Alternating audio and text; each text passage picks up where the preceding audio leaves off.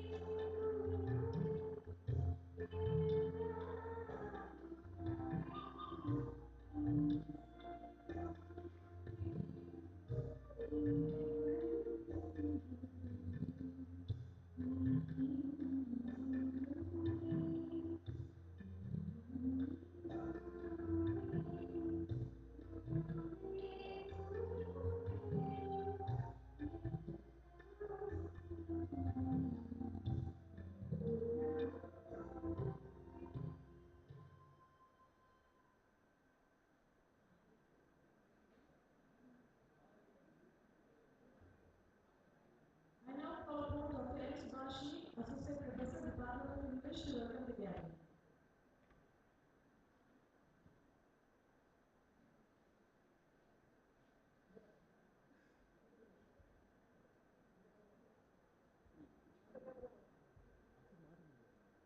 அது லைவ் சொல்லவே வைக்காம அது கன்வெர்ட்டர் வச்சு அது கன்வெர்ட் ஆகிடும். அந்த 1,20,000 அது box.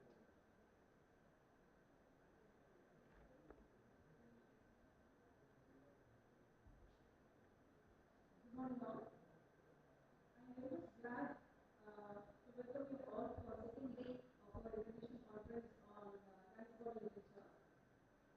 I feel elated in welcoming our guest and also in this session top expert, Professor Dr. Silver Department of English, Central University in Alumni, who is going to give an expert talk on today's non-disciplinary topic. Welcome. And I feel elated in welcoming our former Vice Chancellor, M.K.Arumugam, sir, and our Director for Center for Research and Development. I welcome our sir, Associate Professor, Head, Department of English, Engineering College, and also Sujama, and our Secretary Dr. J. Das, and my colleagues, friends, and also participants. I welcome you all for this wonderful memorial occasion. I welcome you all. Once again, I welcome you all. I now request Director, Center for Research and Development to welcome resource person, Dr. Sree Saraswathi.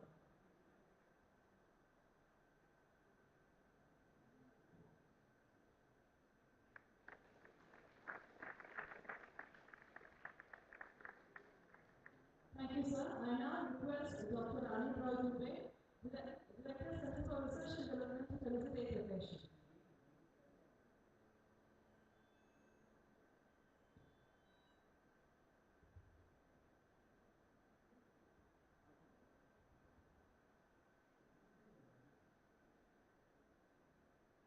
So good morning.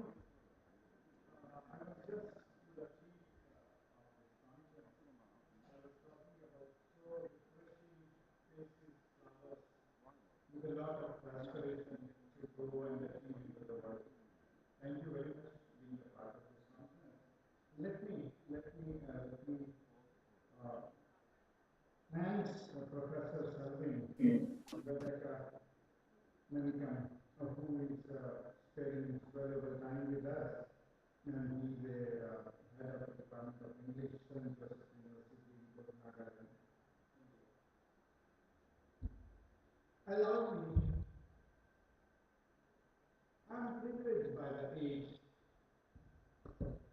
that we should share with the youngsters our pathway, how we have achieved.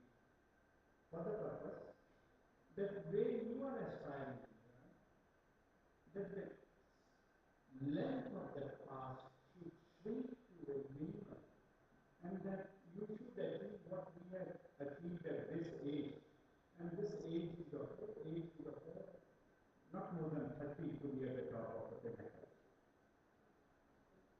So in that case, what is required?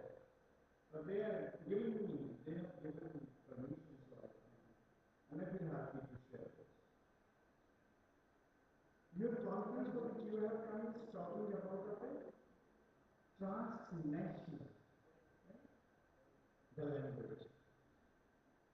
So immediately the thing takes in my mind, language is one which is to be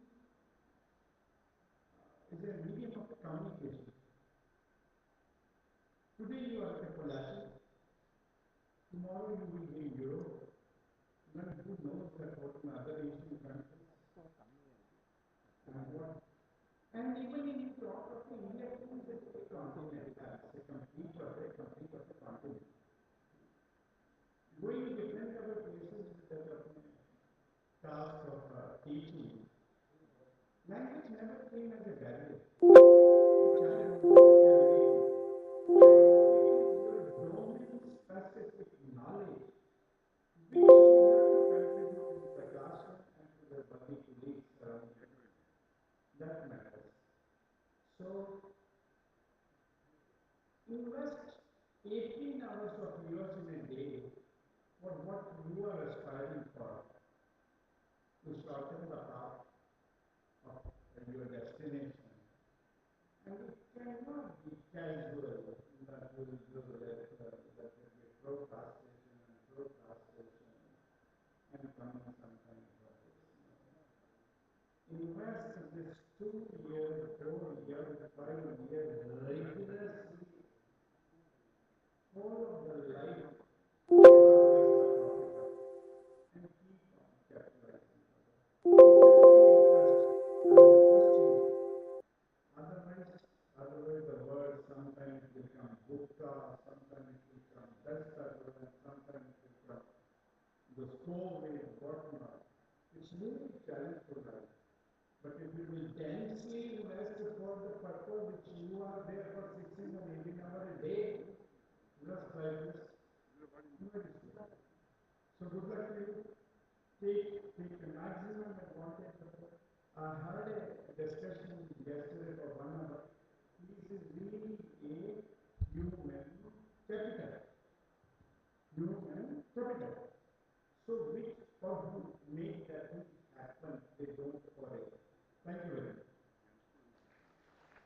Thank you, sir, for your detailed explanation. Now I call upon Dr. Anthony, Assistant Professor, Department of English, to introduce the pre-next speaker.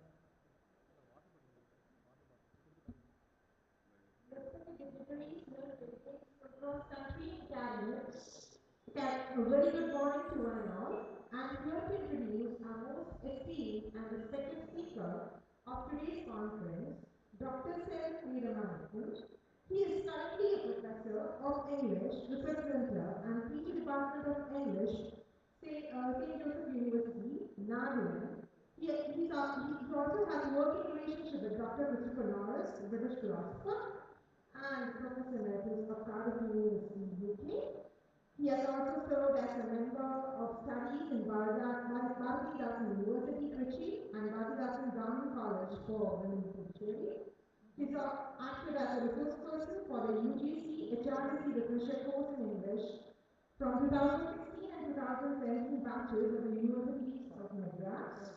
He has also visited and worked on media business in US, UK, and Europe. He has managed multi-geo media operations in India, US, and Europe. He was also a senior manager for Macmillan Publication Solutions. In short, he has 7 years of teaching experience and 19 years of corporate experience. To be precise, he has many feathers to his credit. We are blessed to have you here on this occasion. Hope today's session would be fruitful. We hope the session would definitely help you understand the strategies of converging ideas across spatial borders. I welcome you, sir. Over to you, sir.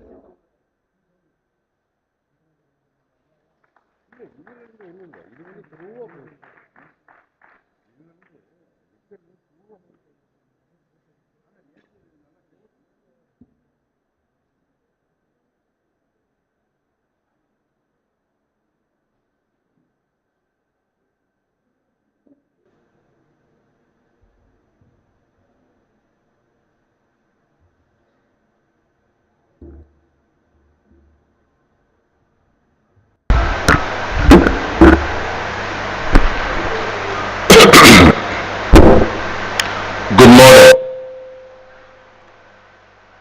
At the outset, I would like to thank the Secretary, Vice Chairman, Principal, and other management representatives, and my dear friend Dr. Das for inviting me here to stand in Pollachi to give a lecture.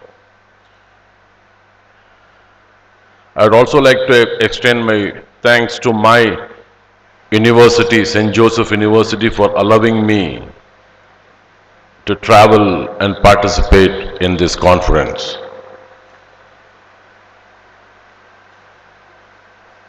My respectful thanks goes to my professor, guide, mentor and friend, philosopher, Dr. Noel Joseph Vidyaa, who was my teacher and is my teacher, and we interact daily. Thank you, sir. And I would like to thank my friend Muthu Kumar from content creator, Hindu and News 18, who is here with me. He is the sounding board. Whatever I think wrongly, I first sound, right? He would rather echo back and say it's wrong. Thank you, Muthu Kumar. Thank you for your patience. And I would like to, finally, I want to thank the Pollachi Muthu Kumar, who is the head of the department of NGM College. He was my buddy in my PhD in Bharathiar University. Thanks for his smiles always. Thank you, Muthu Kumar.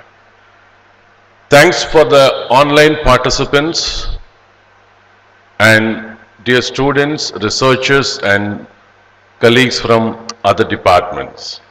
Thank you. Let's go into the lecture. I did not give a topic of this speech, but I think whoever has introduced me just a few minutes before, she gave a topic that was so astonishing. I wanted to keep this lecture as open as it could be, but she gave a topic like strategies or some transborder. Thank you. I did not want to give a topic because I don't want to keep my lecture inside a border. So the intention to keep no title because I want to really steer left, right, center and everywhere. But I would keep the spirit of transborder theory and transborder literatures in this speech. Dear students, I know you are eagerly speaking to your friends nearby. That's a common mistake we do in any seminars. Let's not do it here. Those who students, please listen to me carefully so that you would take home something towards the end of this lecture. I assure you that you would take something. That's my responsibility and my promise. Okay, let's go to this seminar. I think the seminar starts now. Philosophically and technically and spiritually, I say the international conference starts now. The moment has arrived. What is transborder? What is border? Do we understand what is border? Most of the times, we Tamilians, I think most of us are Tamilians, right? At household, our women folk talk about border every day. Whenever our women folk take a sari, they say, this border is not right, that border is. Whenever you select a sari, you always check for borders. I asked my wife before I travel, she said there are a lot of borders it seems, right? It's something called a self-border, contrasting border, and now there is something called Ganga-Jamuna border or something like that. So do we understand what is border? Even a fabric has a border. A border represents something as a limit to a sari, right? As simple as that. Even for a dhoti, you have a border. Everything has a border, right? Let me move you into mathematics first, then theory and then literature. My lecture will be bordering on these three disciplines. First, mathematics. Second one is theory. Third one is literature. It might sound little weird to you to listen to me talking about mathematics, but don't worry, I'll make things simple for you. In mathematics, you have different types of numbers, you know. There are two types you have to understand. One is constant, another one is variable. The term constant itself has multiple meanings. It refers to non-variance. See, it actually defines by the opposite. It refers to non-variance. That means it does not change with respect to any other value. It remains the same. A fixed and well-defined number. A fixed and well-defined number. And it is a non-changing mathematical object. We're talking about constant. It happens in geometry, number theory, statistics, and calculus. To keep things simple, let me bring the Archimedes constant, that is the pi. Everyone knows this pi. Pi has a fixed value. It doesn't change, right? We're talking about the absolute value. In constant, there is something called function. Constant function. This function always remains constant or helps figures reach that constant value only. Constant function ignores arguments. Keep in mind. Constant function ignores arguments. It always gives the same value. That is the problem of homogeneity. If you want to really challenge your mathematical friends, max friends, you can say, 0 is 1. Number 1 is 1. Pi, E. Pi is 2.7. I, imaginary number, and square root of 2. And then there is something called as the golden ratio. The sum of 2, any addition will remain the same because the ratio always remains the same. So you understand these are all the constants. Now let's move to variable. Variable changes its value dependent on the equation. So whatever the equation operates, the variable changes. It is represented through numbers and symbols. There is no fixed value for variable. This is number one, constant and variable. There is something called a word called limit. I checked on the word usage of limit. You can check. The word limit started, it's called gaining currency. That means it started getting used to by a lot of people. It started in 1800s only. It peaked in 2000. Remember this year, okay? I'm going to talk about this later. It started gaining currency in 1800 and peaked in 2000, and it started dipping in 2019. So now you know the coronavirus time, right? 1800, 2000 to 2015, the word usage was at its peak. From 2019, it started going down. This is, we can call it as the stupid digital humanities. What I did was an example of digital humanities. Using computers to check this word usage and these things and represent. This is an upcoming field. You can opt for it if you want. The word limit comes from Latin limes, lines. From that root, you have this word limited or limitare, you can, whatever you want to call. A limit is a terminal point. You draw a line ends at point B, that's a terminal, that's the limit. What is this limit? We always use this limit, right? Whenever you drive a car, the police checks and he says you're drunk or not, right? There's something called a legal limit in your blood. This percentage of alcohol is a legal limit. Then we say city limit, then age limit, then we have the speed limit, which we don't really adhere to, right? That's a speed limit. In mathematics, limit is a point or value where a sequence or sum of function approaches, it actually travels and approaches progressively to the desired point.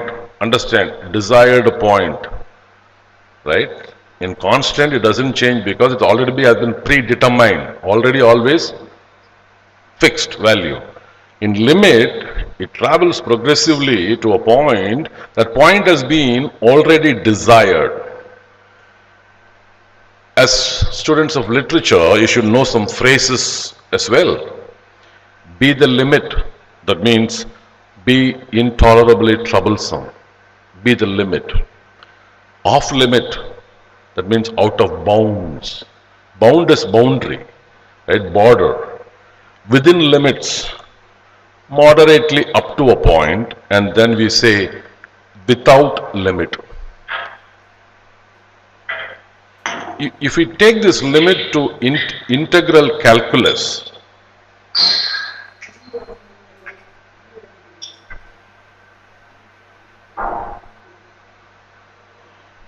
online participants, hold on.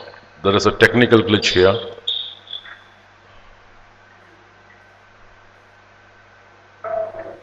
Okay. Let's move to integral calculus. When we talk about limit and integral calculus, we talk about integrals, derivatives and continued derivatives. Border is not a derivative. Border is a constitutive force. So in integral, there are three types. One, integrals, derivatives and continuity. we talk about the limit of a sequence. The sequence allows you to progress to certain desired limit already predetermined. There is something called direct limit and indirect limit. Okay, let's talk about continuity in integral calculus. Okay, talking about limit, you are defining or sort of making a stop. Okay, there is something called continuous function in integral calculus. You know how many types of limits are there? One-sided limits.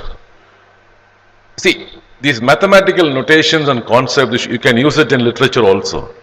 You can apply this in all novels or literature, whatever you see. You should understand this. Why I am choosing max here is, you should not think that I am fantasizing. I am dreaming of something, right? This is a drunk lecture. No. This is not a drunk, uncontrolled lecture. This is a planned, well-researched lecture using mathematics as the starting point.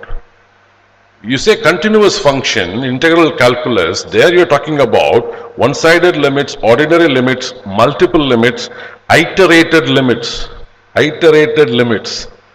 sequential limits and indeterminate forms. So looks like a max teacher run amok inside the English literature conference, right? Yep. Then you understand literature is not a dream, right? We are taking cue from science. Let's come to border.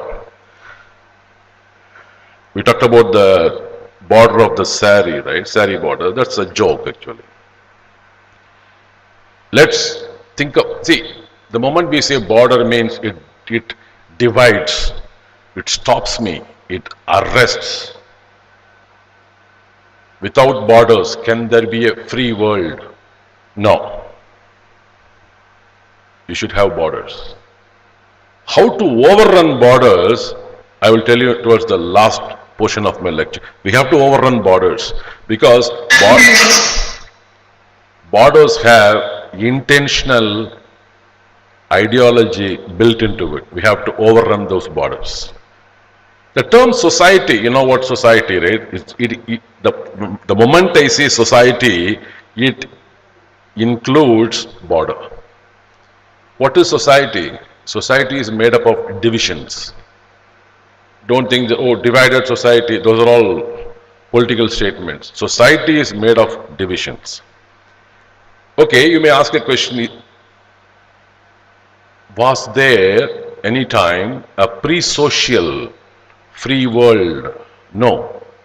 It's not a possibility because you would say that pre-social earth.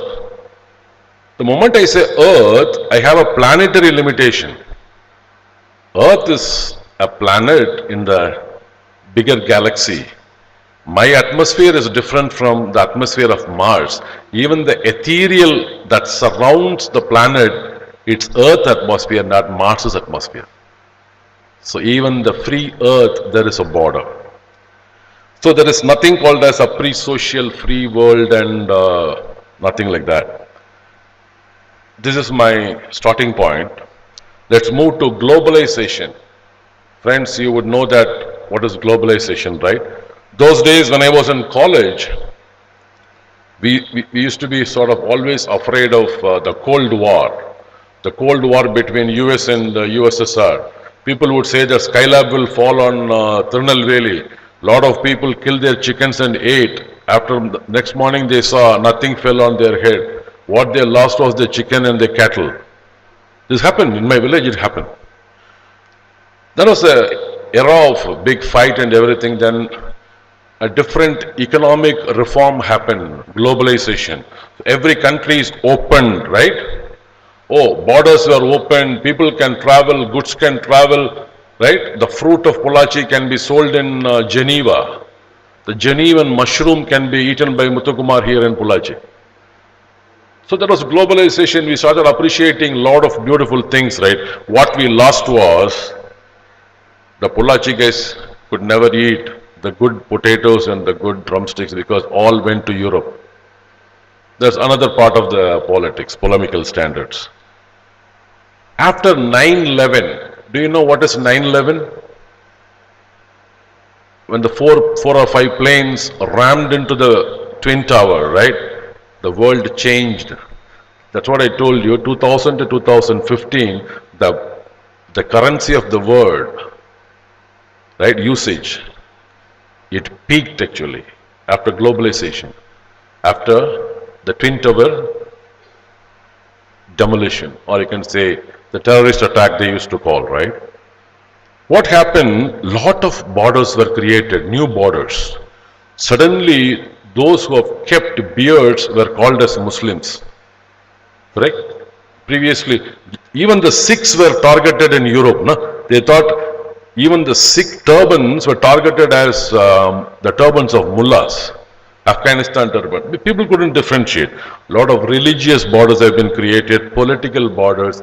Fear itself created another border, another cocoon, right? We created a beautiful border in coronavirus pandemic, right? We saw our neighbor as an enemy.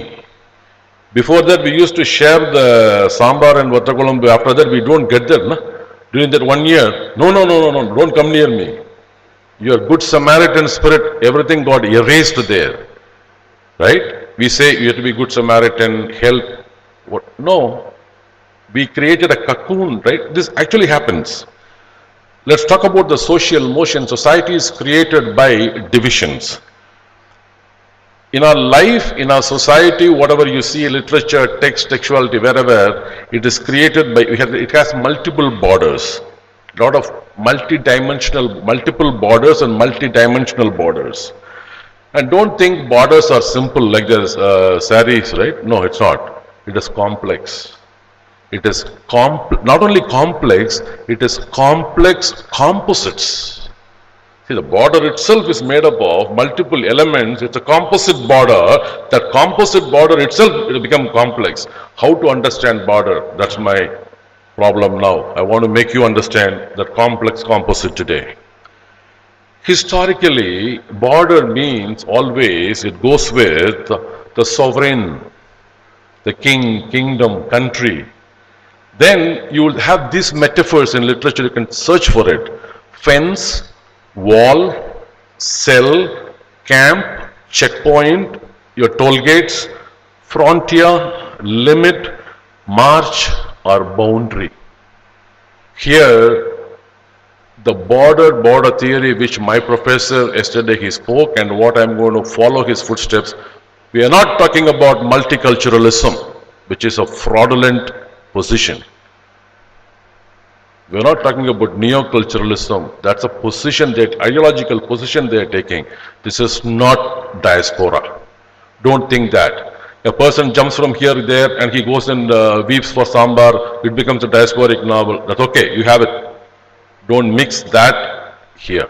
That's different and this is different. We're talking about a different stuff. So let's theorize the border, right? Now you understand what's a border, right? You have fair understanding of a limit, boundary, everything. Theory of the border, there are 4 consequences of borders. 4 consequences. Number 1, the border is in between. The border is in between. 2, the border itself is in motion. 3, the border is a process of circulation. Don't think border means a wall built erect. No, it's a process of, it's a process. What process? Circulatory process. And it cannot be reducible to space. Don't think border means just wall and everything. I want to give you an interesting observation which I made during this research. In Latin, there are 2 roots, stat, S-T-A-T, stat. Another root is S-T-I-T. Stat and stit both refer to the same meaning, stand or remain. Constant, right? Stand or remain. I'll tell you some examples for stat. Instate, interstate, misstate, overstate, reinstate, reostate, state, station, statistics, status, statutes, statutory, thermostat, understate. All these come from the word stat. meaning stand or remain.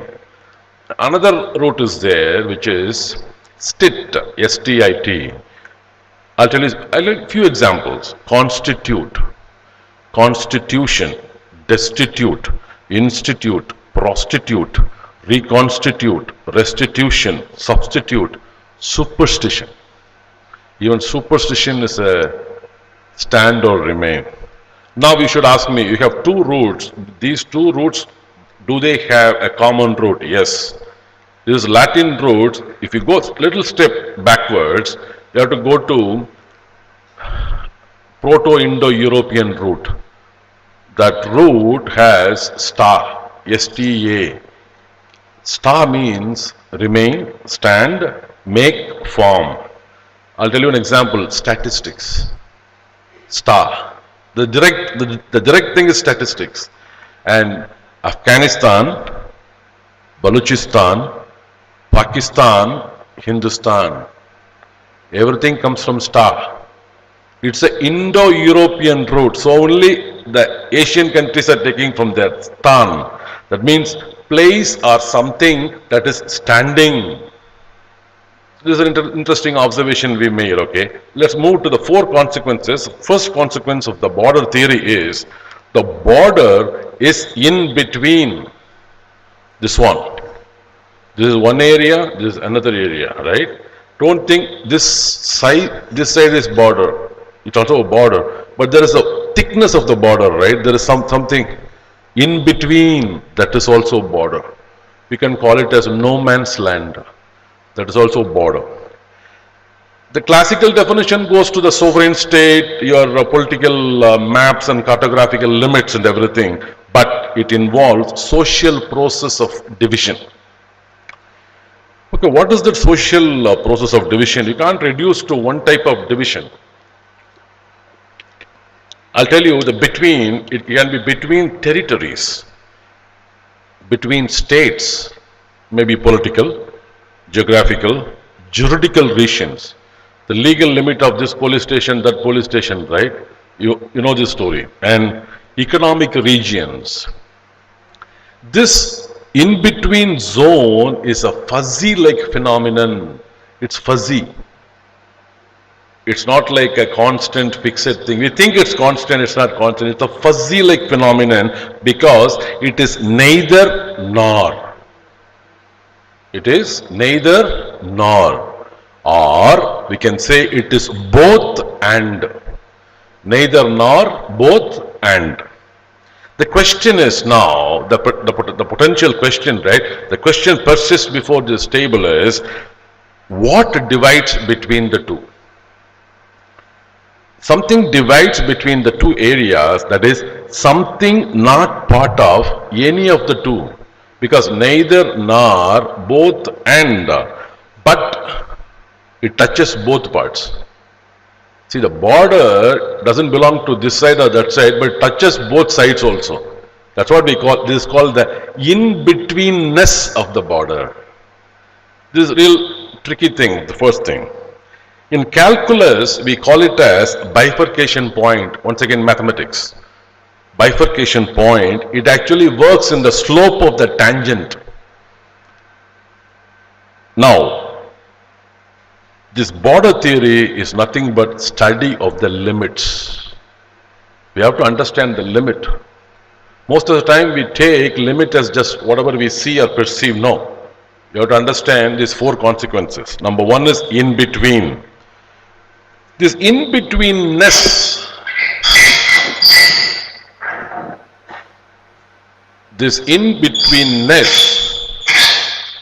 yeah, this audio disturbance also is an in-betweenness.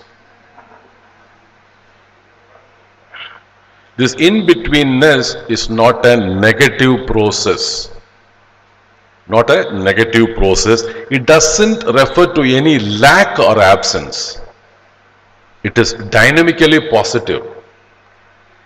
It has continuous process of multiplication by division.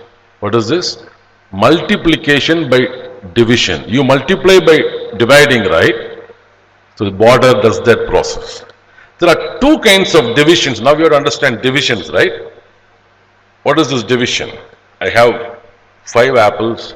I divided by 2 between me and Muthukumar. I have to make it 2.5. It's easy, na? But we multiply for 2 people, right? Not for 1 people. Now, there are types of divisions. There are 2 kinds of divisions. One is extensive division and intensive division. Extensive division is an absolute break. It's a wall. Absolute break. It's a quantitative break. You can cut it between 2 discontinuous entities. It is not continuous there. It's a clean cut. That is extensive division. Intensive division is something adds a new path to the existing one. There's already a border. This in between creates another path for further division. Because it's a process and it brings a qualitative change to the whole continuous system. If continuity is possible, right, that's another question.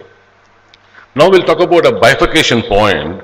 See, after this point, after this bifurcation point, divergence occurs. And you have 2 distinct pathways. I'll tell you, see, the bifurcation happens, you have 2 distinct pathways. For example, I'll tell you, the affluent travelers who carries his suitcase, an American tourister, flies in Lufthansa flight, it has his lunch in a airport lounge, travels to Pollachi by car or something, he's an affluent traveler. For him, border is a continuity. For him, border is a continuity. There is another category of people, undocumented migrants. For example, the Rohingya Muslims, right? They don't have any country. The countryless people are there still in Mexico. The closest example is Rohingyas. The undocumented migrants, they only understand the discontinuous division. For the affluent traveler, now you understand the globalization politics and everything. For the affluent traveler, a businessman, the border is a continuous division. For an undocumented migrant worker, it's a discontinuous division. This is number 1, first consequence. Second consequence, the border is in motion. We think a border is something like a wall. Let me give you an example. Robert Frost's good fences make good neighbors, right? Even there, the wall is very static, right? But it says something moves the wall. He says, I don't know whether the elves or the galloping horses, right? So the wall moves. Robert Frost wonders what moves down my walls. But every season, the neighbor comes the other side. He takes a boulder, they build it upon. They sure for certain they know that the same border or wall is going to be disturbed next season. Still they keep on building the border, right? So what we are trying to say is the border is in motion. The border is not static. It's not a fixed entity. Border is a continuous division and it is in between. It is not reducible to fixed state. The moment we say border means Coimbatore border, Tirupur border, it's not a single line, but that's the common perception we have. Not only people and objects, right? The border itself moves. We think people only cross, right? Move across. But the border itself moves. For example, we will talk about in mathematical variables, border itself is a shifting variable. Border is not a constant, it's a shifting variable. For this, I can use terms like flow, fluidity, mobility. There's a spatial discontinuity. See, border is in motion on 2 terms. One, it moves itself. Someone moves. That's what Robert Frost, second category. I don't know what brings down the wall, right? Here, there's a second category. First one, the border itself moves. Let's see one by one. The first one, border moves itself. That is geomorphology. Let's take the movement of rivers, shifting sands, tides, coastlines, tree lines, emergence and destructions of islands, Volcanoes, landslides, earthquake, tectonic plate movements and climate change, deposition by wind, even sand dunes. In the morning, here you will find a sand dune in a desert. Next morning you will have another sand dune there. Even the volcanoes suddenly erupt here, right? So the border moves, the geomorphological border. See the border, such borders in a constant state of erosion, decay, and it decomposes itself and it recomposes itself. So decomposition and recomposition happens in the border. It is self-decomposition happens. It's a geomorphological border. Border moved by others. Here, the territorial conflicts come. The man enters into the scene. The land divisions, your resource divisions and these things. We have political conflicts, military conflicts. What is the aim? To control land, resources and people. So the aim is there, why people move borders. There is something called juridical repartitions with there. Economic reforms. You open trade, oil is open for Russia for some time, now it is closed for some time. For Saudi the oil is open or closed, for Qatar is open or closed. Trade embargo. What is trade embargo? It's a economic border, commercial border has been created. Trade openings and trade barriers and trade tariffs. If you import this thing from China, you have to pay this much tax. That's a trade tariff you have to, as a tax you have to do. You got a lot of technicalities behind it. Why the policy makers do it, let's not enter into that. We have labor restrictions. This guy should not go there and work. That's the problem. We see him as something like down upon. You know that, what do I talk? And we have special economic zones. In Chennai, you would see, in Coimbatore, you would see textile zone, right? That's a border newly created. 100 years back, one grandpa would have been plowing the lone field there, right? Or even no one would have gone there. Now it has become a special economic zone with a lot of lights and glory, right? It's a new border we create. Third one is, border is in the process of circulation. It's a process of circulation. Here, inclusion and exclusion happens. It includes few people inside this year, few people other side next year. 3,000 people will get UK visa. Prime Minister Rishi Sunak has declared yesterday. So inclusion is happening. If you go and apply for visa in Chennai, you understand this one. It's a process of circulation. The borders change the selection process. Suddenly they change. The Canadian immigrants, they will say, we will add extra 50 points. For PhD, we will reduce 2 points. Right? So it's in a selection. Selection means exclude and include. That's all. The power of the border is determined by social forces. I have identified 3 such. One is daily management of border technology. The toll booth guys have the computers and everything, surveillance and everything, right? It needs a technology. Second, social acceptance or refusal. People have to accept or refuse, fight. It's a resistance. The third one is subjective whims and fancies. The enforcers get bribes there. So technical management is there. Now what you should understand is, it includes and excludes. That means it is a leaking border. It is not a static or a wall. Now division is not blockage. It is a redirectioning. It is actually an act of redirection or direction. It is an act of redistribution.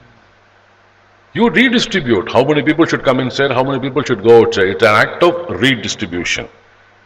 I'll tell you a beautiful example. The wall limits. Yesterday, my professor was talking about the lintel.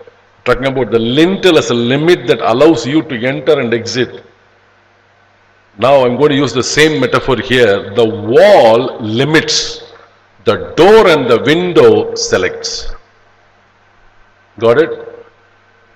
Breaking the wall, no? A thief breaks the wall means that's excluding, right? Exclusion, destruction too. When I say an act of redistribution, these many terms you have to understand. One is, someone is pushed away, expelled, excluded, and the border should be defended, maintained, and now when you exclude something, you are expanding new additions, you are including someone new. Let me take one example for this. Karl Marx, he talks about expansion by expulsion. When you go and invade a country, you expel few people there. Then only you expand your flag there. Karl Marx talked about this. Expansion by expulsion. And he also talks about primitive accumulation. I don't want to use the term capitalist. That's a later term, right? Karl Marx talks about primitive accumulation.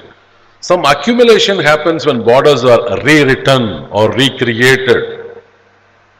For example, in 16th century England, students of literature should understand a little bit of social history of England also. In 16th century England, the peasants, peasants, the ordinary people, right? Peasants, you can say peasants means the agricultural, landless, laborer, something. The British government brought something called Enclosure Acts in 16th century. Enclosure Acts. Before that, there was common land. In our Tamil equivalents, we can call it as Puramboku.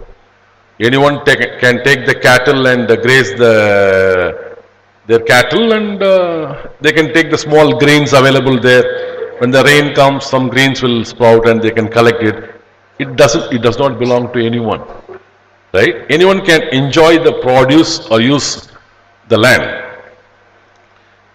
The equivalent of Puramboku is the common in England. Now the king passes the king and the parliament, they have the Enclosure Acts. They started enclosing the commons. They started enclosing the Puramboku. That means what they are saying is the common people cannot enter. Now the peasants, they don't know what to do. What they will do, that's another issue. Let's leave it there. Now, this has brought lot of sufferings on common people, right? I have 10 cows and bulls or 50 sheep or goat, right? Suddenly the government says you can't graze it by my village. Where will I go and graze? I don't have land, right? So this is an act of enclosure. They have brought it. This has brought a lot of sufferings in England. In 17th century, lot of resistance movements has happened. There's a lyric I have traced out for you. The lyric says, the law locks up the man or woman. Another version of the same lyric says, the law hangs up the man or woman who steals the goose of the common. The goose, right? The goose, the common goose. See, a bird in a common land is a common goose, right? It belongs to anyone. So, whoever, a man or woman who takes that common goose for food, the law locks up or hangs up. The lyric says, but leaves the greater villain loose. The law locks up the man or woman who steals the goose from the common, but the same law leaves the greater villain loose, who steals the common from the goose. தமிழ்ல சொன்னோம்னா வாத்த பிடிச்சிட்டு போனவன ஜெயில போட்டாங்க, புறம்போக்கு நிலத்தை ஆட்டையை போட்டவன விட்டுட்டாங்க. இதான் ரொம்ப சிம்பிளா தமிழ்ல சொல்றேன். This is not mine. This is 17th century lyric.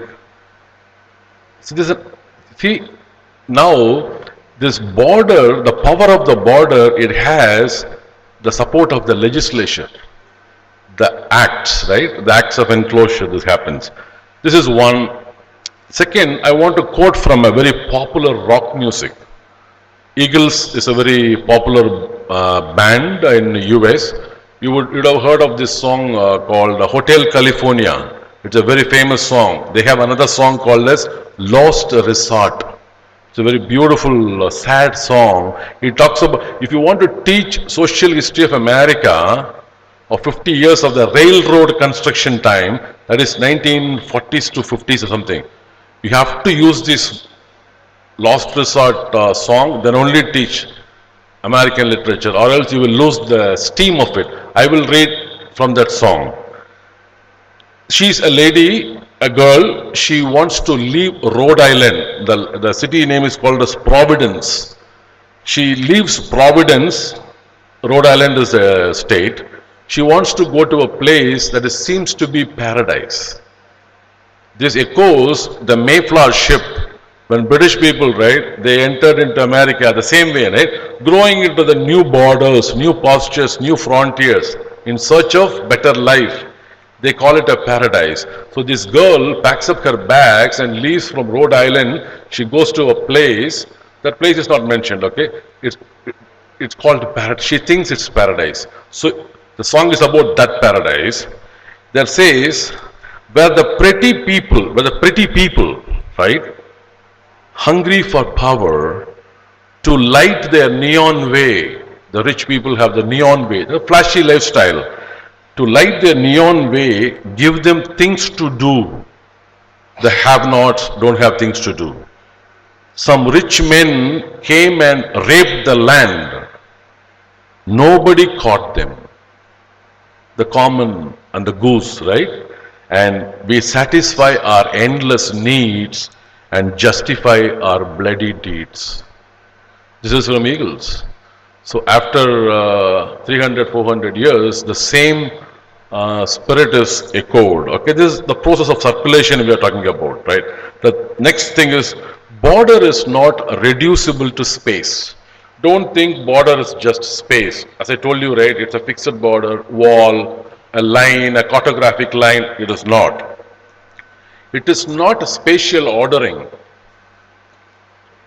You should not think the society wanted to create a spatial order, an order in the space, they created border. No. Spatial order is created because of divisions. You divide, then only you create a spatial order, and then you talk about the circulation of the motion in and between the border. Here I want to really take this word finis from Latin, that means boundary or limit. Border defines society, and society is made up of divisions. Border defines social space. So we have crossed 4 types of consequences. I want to take this word bord, B-O-D, French term. It talks about the edge, brink, verge, boundary, bound, limit, shore. Here in this ordinary word, you have the word limit. We started with the limits in calculus. Border lines or dividing lines, let's take this literary genres. Degenerification, you know what's a genre, right? And degenerification also happens. For example, in the initial stages, we used to have only poetry, prose, and drama. Novel came a little later.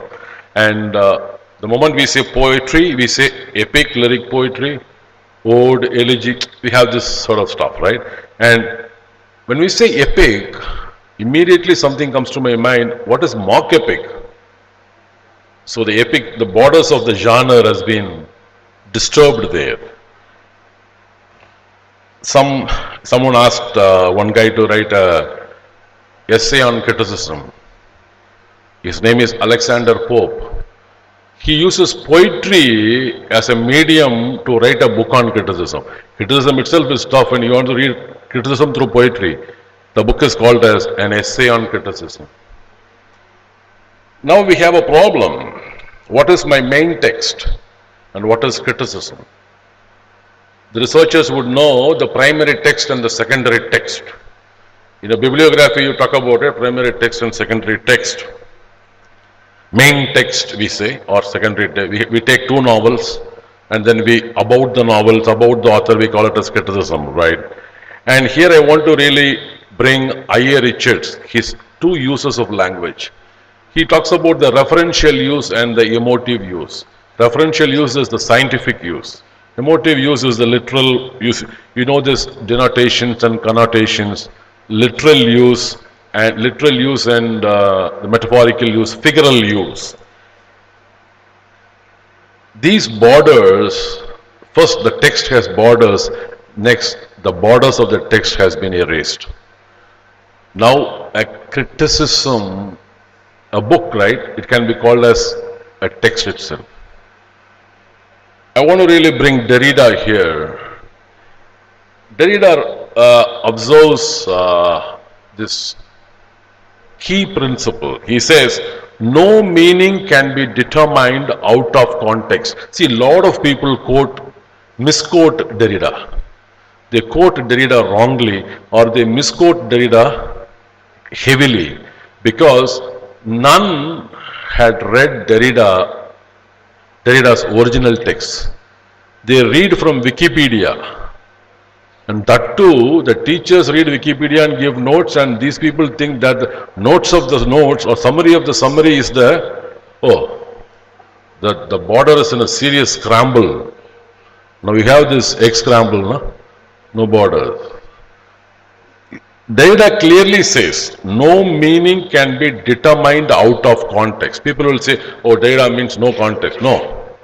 People have wrongly misunderstood Derrida. No meaning can be determined out of context, but there is a caution. That's Derrida. He says, no context permits saturation. He says the context is there, but don't think this is the context, this is the only context, this is the only two context. No. He says you cannot make a fixity there. You can't fix these many contexts are possible. The context doesn't allow itself to be saturated.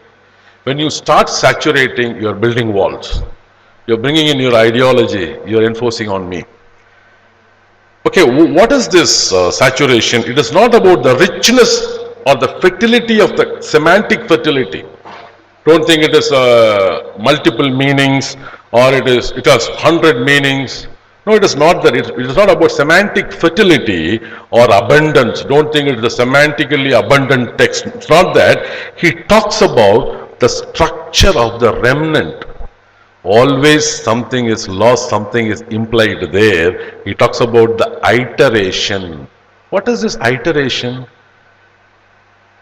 If I have to really oversimplify, I should say it is repeatability. Iterate. It's simple terms. Now, how to understand a text? We know how to understand a new phone, right? You buy a new phone, it takes at least 2 days to the phone to accommodate you or you to accommodate the phone. I don't know. The same way, a text always has an edge. Do we see the edge? The problem is we see the summary only, na? If we have the text, we can see the edge. Whenever the edge of the paper, right? The edge of the paper, we take it, every edge, one page moves into another, goes inside. It's called an upper edge or outer edge. First you take the upper edge, then move to the next upper edge, it moves, it falls into it. Then only you get the meaning out of it. In other terms, I can say it is understanding one heading after another heading. Some texts will not have subheadings, right? That you have to identify. Some authors would have given A, B, C, that's easy. Even there, you have to understand one head, then move to the other head. This head will fall onto the other head. This first chapter will fall into the second chapter, then go to the conclusion. This is called invagination. This is a sexual word, invagination. It is that's nothing but it comes from the word vagina that means in 17th century, it is the sheath or scabbard.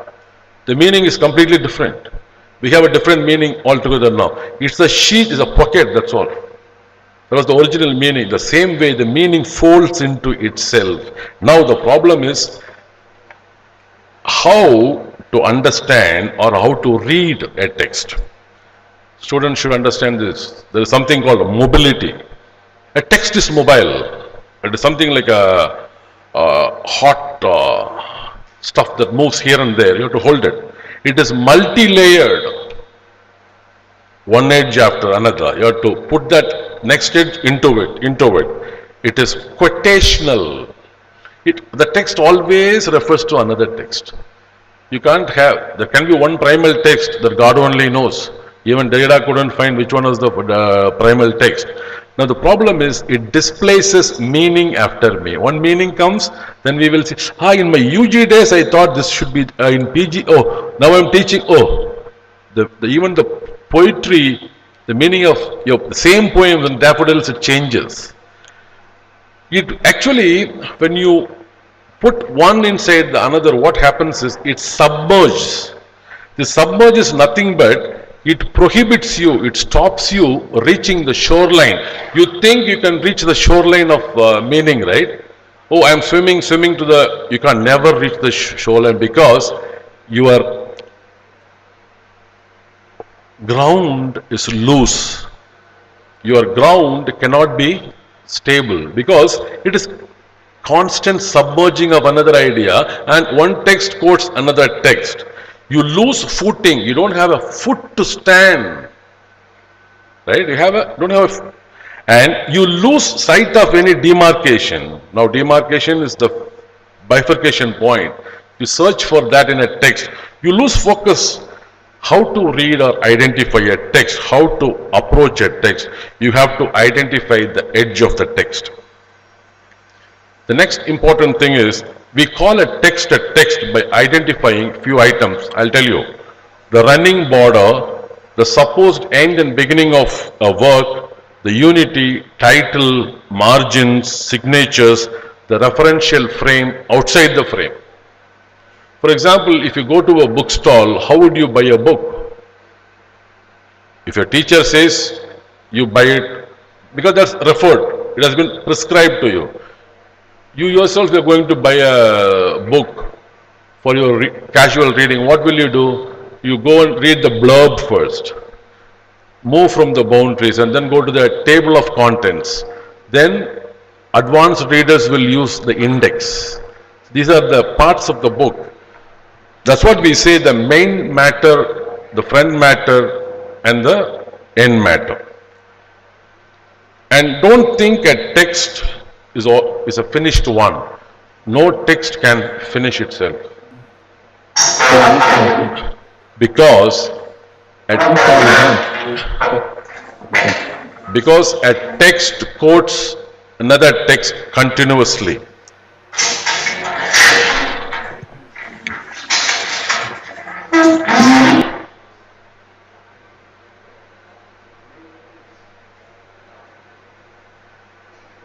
And you have to note, some content is written in the margins.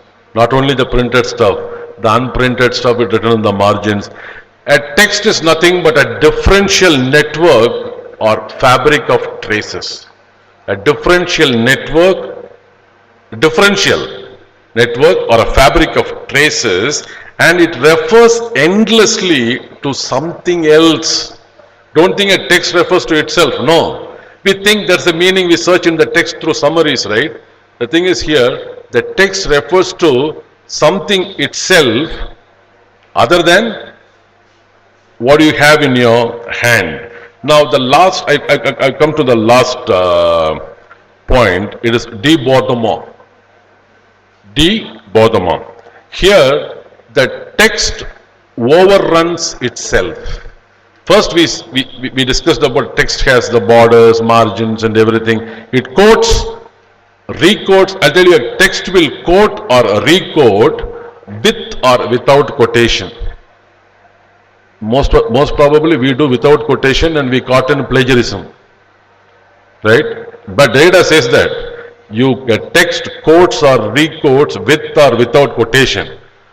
There can be nothing called as something original text. It refers to some other text and it points towards some future text. The text makes, in the debordement, what debordement means, overrunning of the limits. you overrun the limits. That means you sort of destroy the limits, you make a scramble of the limits, the boundaries and the borders of the text. Here, you drown the limits. You see, you are already submerged. You can't come back. Now the thing is, you have to drown the limits. Take that guy with you down.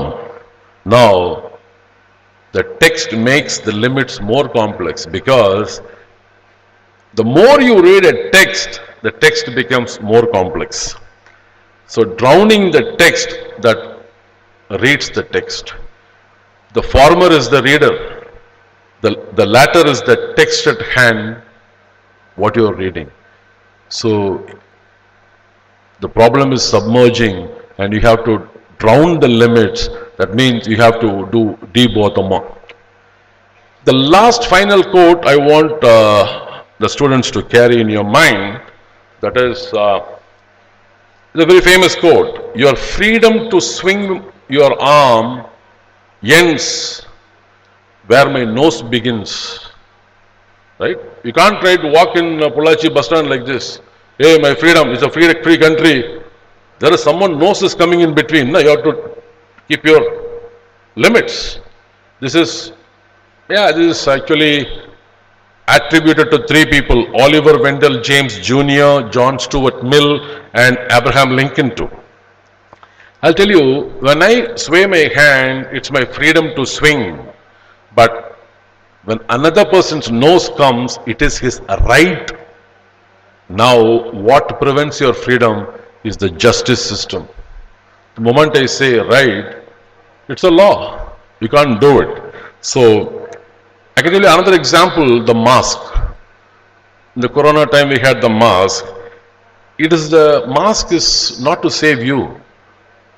It is the respect for others. Right? It is his right to be not to be infected by you. So what we have to understand is we have borders and we can't do away with borders, but we have to overrun the borders in terms of text or social divisions. And thank you. And I am open for questions now. I stand here to be questioned. Participants in our audience are requested to pose your questions.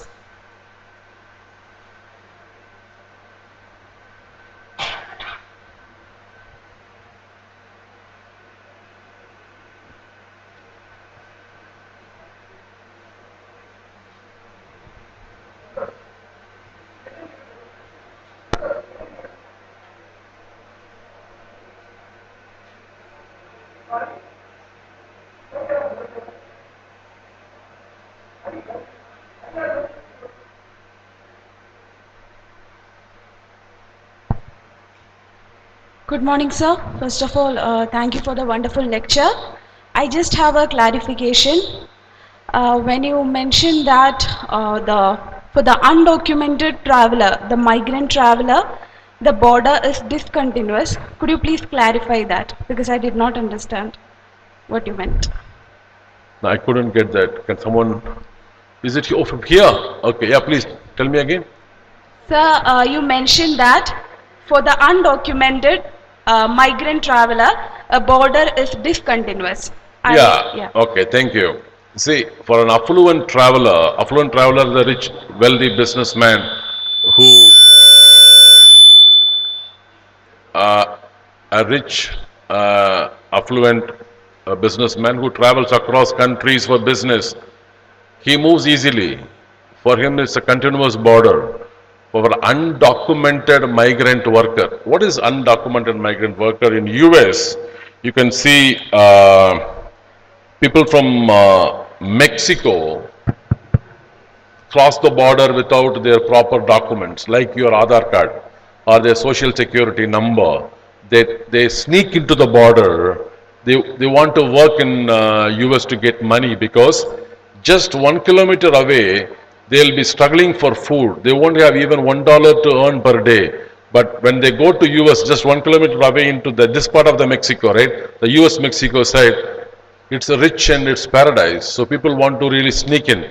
Now what happens in US is, Lot of people sneak in there, they go and stay. The US businessmen, they employ them because pay, if they have to pay salaries through social security number, in US the procedure is you have to use social security number to pay salaries. There is a tax and other stuff. There is something called minimum salary. Those days it was $8 per hour, now it would be $9 per hour. For this undocumented migrant worker, they will pay $4 per hour. So these guys get money. So these people also come there. They know they are getting half the salary, but this is much more than what they could get in the other side of the border. Those are the undocumented migrant workers. They will be always afraid because they don't know when the police would come and catch them and deport them. For them it is a discontinuous border. Got it? You can relate to Indian situations also. Here too it happens. A lot of laborers come here. You can relate to that. Thank you, sir. I have a question from the online participants because I started checking my chat here. There's someone, who's that? Someone called Bino Marcus asking a question. Could you please explain how diaspora is different from border literature or theory? Yeah, ma'am, you missed the point. That's where I started. This is not diaspora. See, diaspora is just an experience. I can't get sambar in New York. Oh, my lifestyle in Pollachi. I go and ramble all my loss and these things. Bloody, then come and live in Pollachi, man. Why are you in New York? There's one type of approach. Another type, okay, I'll be here and still nostalgic experiences. That's a sort of a recollection of old memories. That's diaspora. See, there is problem in diaspora, how the cultures don't mix, lot of stuff. Diaspora is an experience. Border theory is a theory where diaspora can be included as one minuscule part of border theory. If you know border theory properly, you can do better diasporic interpretations. I think I have explained to you. And do we have any other question from chat? The people online can post a question so that I can answer your queries. Maybe here from Pollachi, no questions?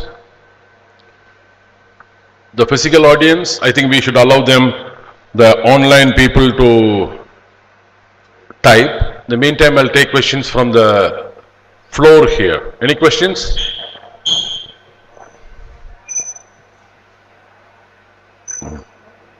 There's only one question from the online side. From the physical side, here.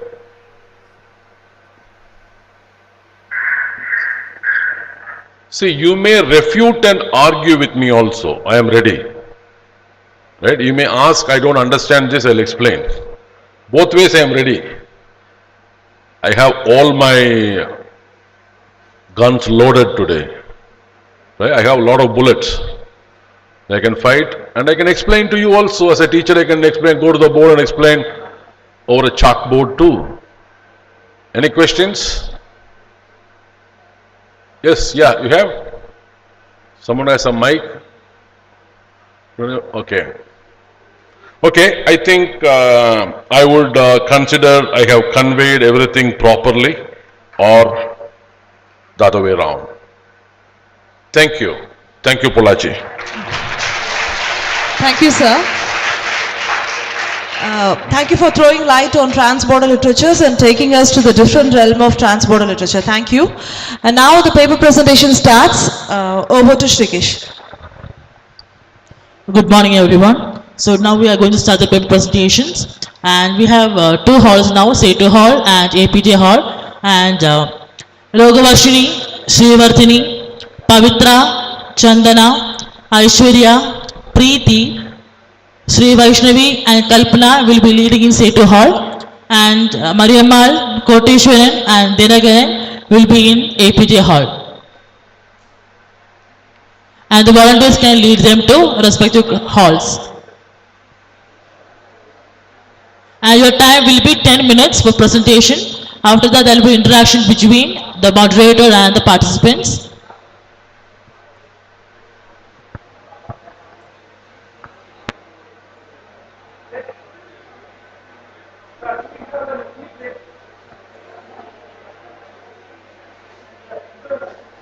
Amir sir will be the moderator for APJ Hall.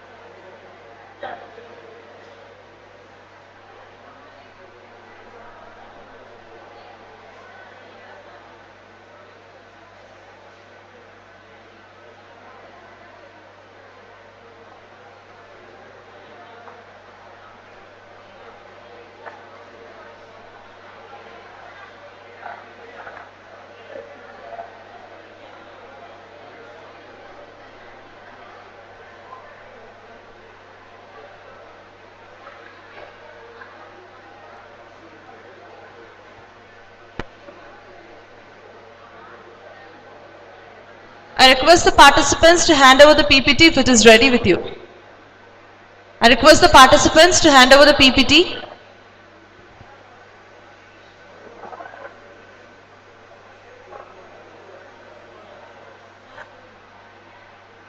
Lokavarshini, Shree Vardhani, Pavitra, Chandana, Aishwarya, Preeti, Shree Vaishnavi and Kalpana. Please be seated. I request the presenters to hand over the PPT.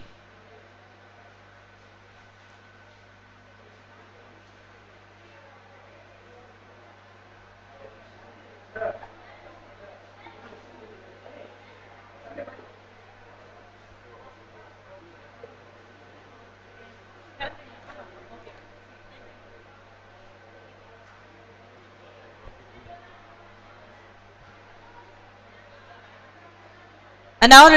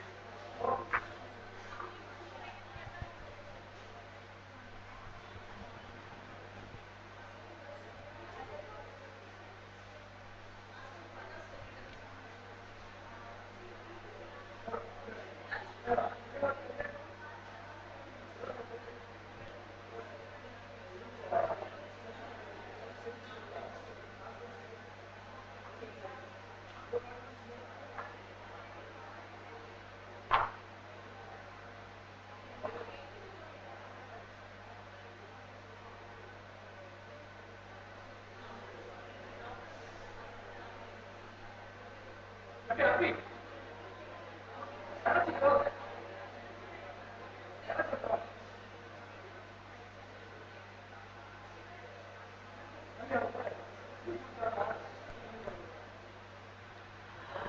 I request the participants to hand over the PPT to Mr. Vignesh Kumar, Assistant Professor, Department of English. Participants, you may approach the MC desk for any help.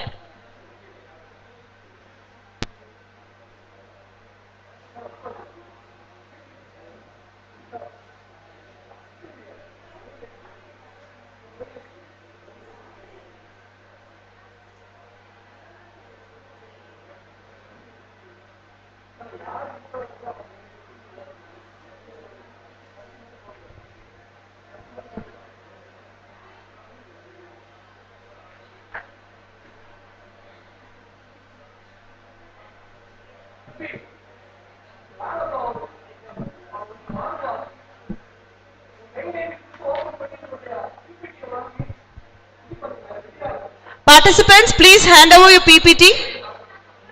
I request the student volunteers to support the participants.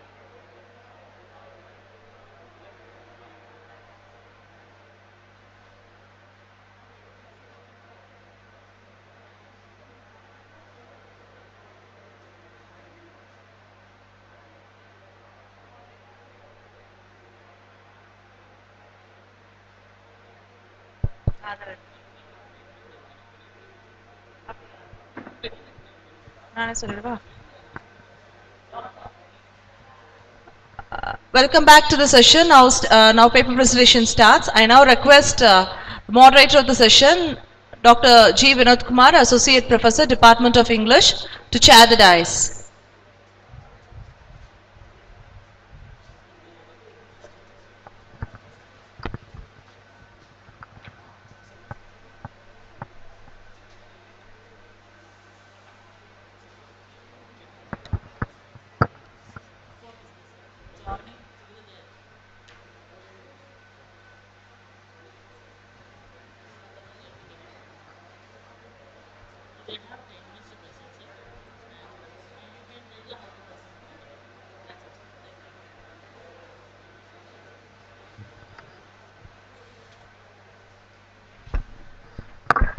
Good morning, everyone.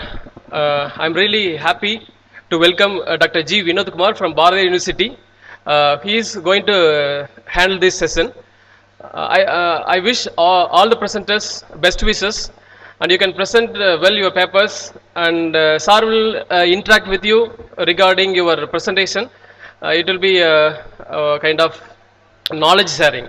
So you are also sharing with us, and questions here. They will also question you, and you will be, when you answer, it will be beneficial to every one of us. Thank you all. Have a wonderful day.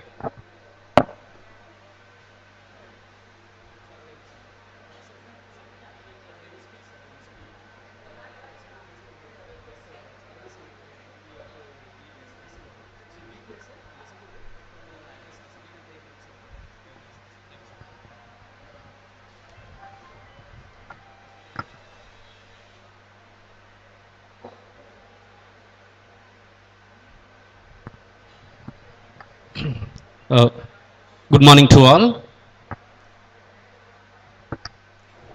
So I am Dr. G. Vinod Kumar from Bharathiar University, Department of English and Foreign Languages.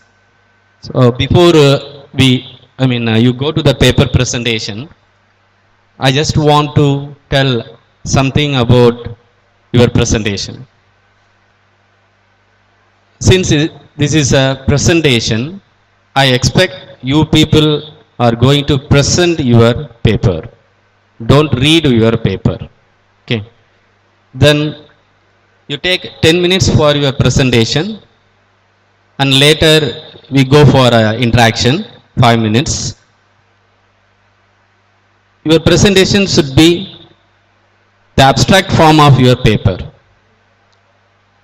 Don't narrate any story of your paper. You just tell your abstract. That's enough. Now I request logo Varsni following Sree Vardhana.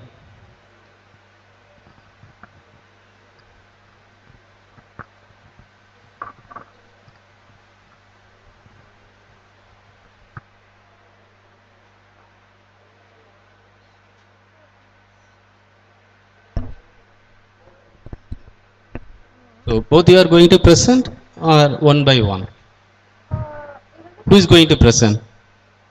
Yourself or both? Okay. Present. Start your presentation. So, good morning to one and all gathered here. We are from first MBA of STC School of Management. Myself is Sree Vardhani and herself is Logavarshini. We are going to present a research paper on the topic English language in cross-culture relation and its contribution towards the development of cross-culture relations. So, culture introduction. Culture is a combination of language, age, belief, and social habits. From this, we get to know that culture involves a belief, social culture, language, and it defines a groups. Culture is a combination of people to communicate. It involves a way of communication. Um, it shows each other's attitude through the communication and how they behaving through the culture. Yes, sir. Sorry. So, each other and the attitude that are proposed during the communications. So, next is importance of language in enhance effective cross-cultural interactions cannot be underestimated. The importance of language is enhancing the effective cross-cultural communication, where it cannot be underestimated, because one's behavior is only judged by the how he is proposing his cultural way, and it cannot be lead to misunderstanding. Next topic is the cultural diversity could easily cause misunderstanding. Continuing to the second topic, without the knowledge of cross-cultural communications, we take any things for granted. This will undoubtedly lead to misunderstanding and misinterpretations. We also need to cultivate the open-mindedness of having a self-cultural practices before going to interact with some other one. Next, over to Varshini. Here is Here is objectives. The importance of language proficiency in cross-cultural communication and competency of a business, and adapting behavioral and socio-cultural competency in cross-cultural environments. The ability to achieve an obligatory task effectively in multi-ethnic environment when the person is required a high degree in cross-communication. Next is research methodology. Research methodology is a way to solve the research problem. It is not only scope of research methodology. When we talk about a research methodology, we not only research of methods, but we also consider logic behind the research, and we find the techniques towards it. And here we have founded secondary data. Secondary data is collection through oral communication, and it is collected from websites and articles. Next, over to Vardhini. Okay, here we have a discussion. The topics we have taken is cross-cultural interaction. So this depends upon a complete different languages, dialogues of the same language, even in our own regional accents. Cultural norms, like it differs through shaking hands versus bowing when you meet someone, and it differs through countries as well as different cities. And the next topic we have taken is importance. Cross-cultural communication allows people to avoid miscommunication and misinterpretation. Instead of opening up about the possible fruitful relationship across daunting cultural barriers. And next is significance of English proficiency. So English is commonly used by over 600 million people as their own language, and 300 million people as their secondary language. So English is a globalized language thing, and it was practiced by many of the students and by the professors by taking their test. So it acting as a globalized for business as well as interaction sessions also. English proficiency for global, following the third topic, it continues to share knowledges and to improve a profile like innovation and taking a decision making and attaining a high level career positions. So here we come for the conclusions. In conclusion, the purpose of the study is to conclude in cross-cultural communication and importance of cross-cultural communication. A large number of students and professionals in Pakistan and Iran tend to learn English as effective foreign language, and they are gaining more knowledge by using English as a medium of intercultural communication. Thank you for this opportunity.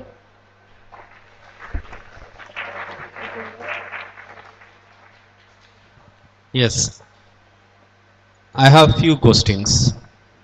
The first one is very simple one. What is English language teaching? What is English language teaching? English language, first of all, is an easy communicating way. Or are you asking the definition for English language, sir?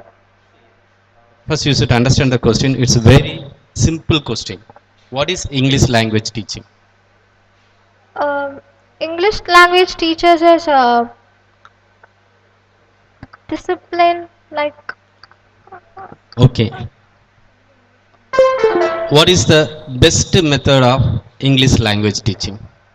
best. What is the best method of English language teaching? Interaction will be the best way of interaction, sir. Communication. Yeah, good. Communication. Right. Right now I come to the answer of my first question. What is English language teaching? English language teaching is nothing but to teach non-native speaker of English. That is English language teaching. Okay, right. And my next question, it's a very general question. Why do you choose this particular area for your research paper? Um, the cross culture is moving out of a state or doing some work out of being a grown up placer. So many of them faces problems through like working in a company or like a US shift, or even in North Indians we will face a cross cultural barriers to communicate. So we thought of having this research paper as just a model for them to how we can overcome this, how we can correct ourselves to talk when we move out of our own adaptability state of this. That's why we have chose. Okay, good. Now open to floor. Do you have any questions? Can ask.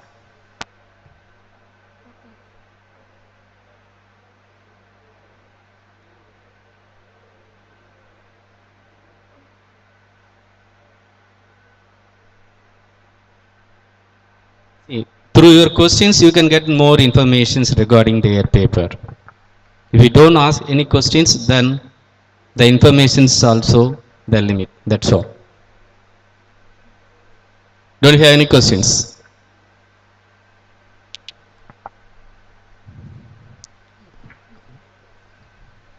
Okay. So since there is no questions, Thank you.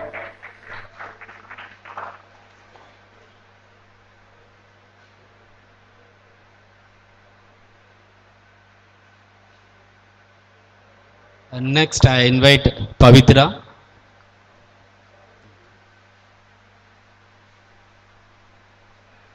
and Santana. So their topic is non-verbal communication as a success factor in international business.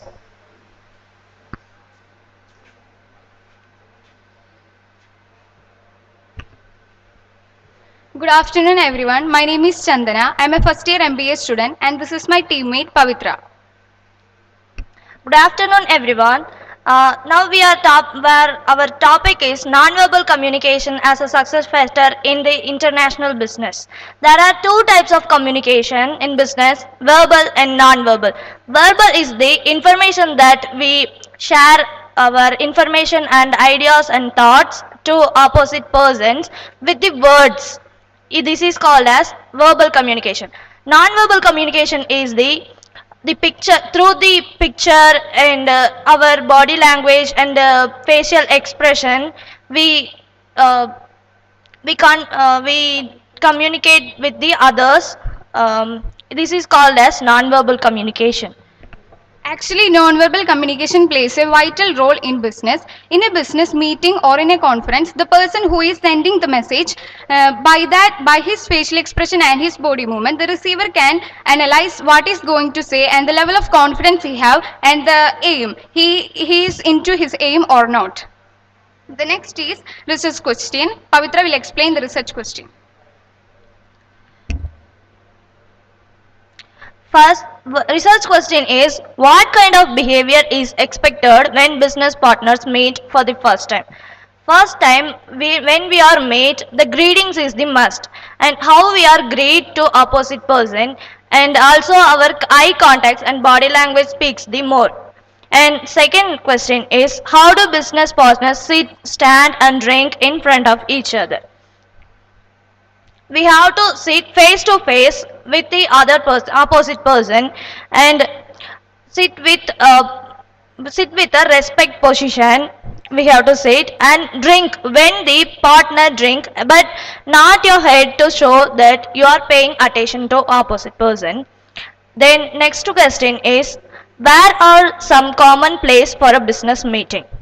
The business meeting is depends of the business, whether the meeting is formal or non-formal, informal.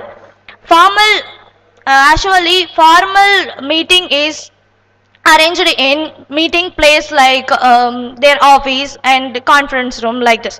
Informal meetings make they arranged in restaurant and lunch brunch meetings. Then what is the way of better handshake? We have to handshake with the opposite person with gentle and respectively. Don't shake too much when you are give a handshake with your opposite person.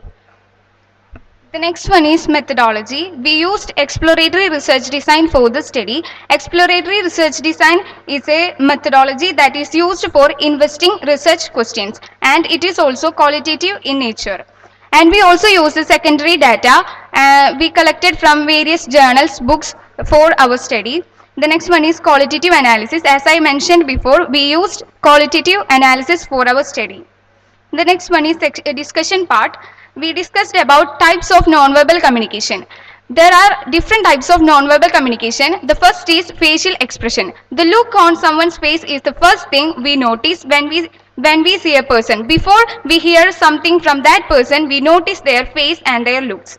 The next is paralanguage. Paralanguage means related to the voice, the tone of voice, the pitch, etc. are comes under the paralanguage. The next is body language. Postures and movements are included in this body language. Next is eye contact. Eye contact is very important for every nonverbal communication. If a person is not making a proper eye contact, that means that person is hiding something from that opposite person.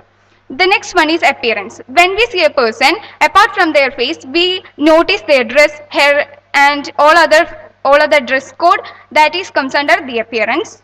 The next is artifact. That means communicating one message to another by using images and objects.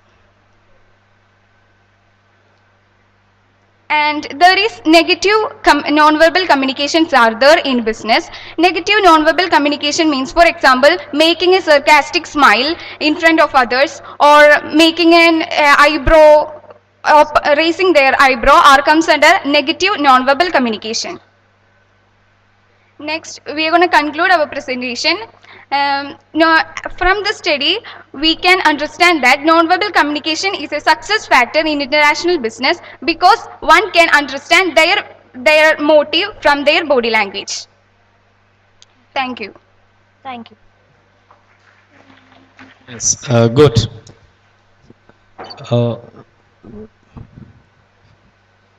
My first question is, how many types of verbal communications?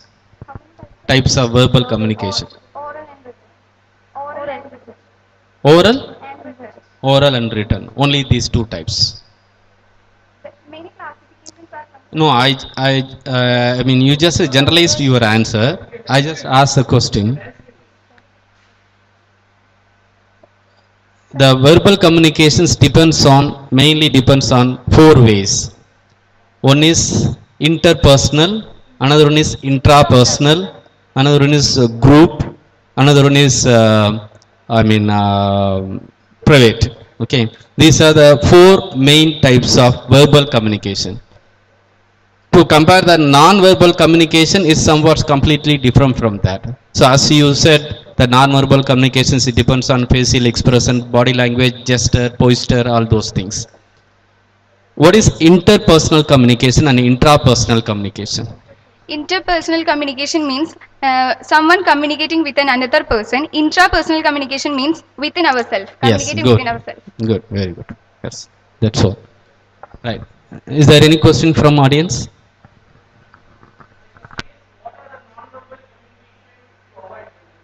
Avoid non-verbal communication.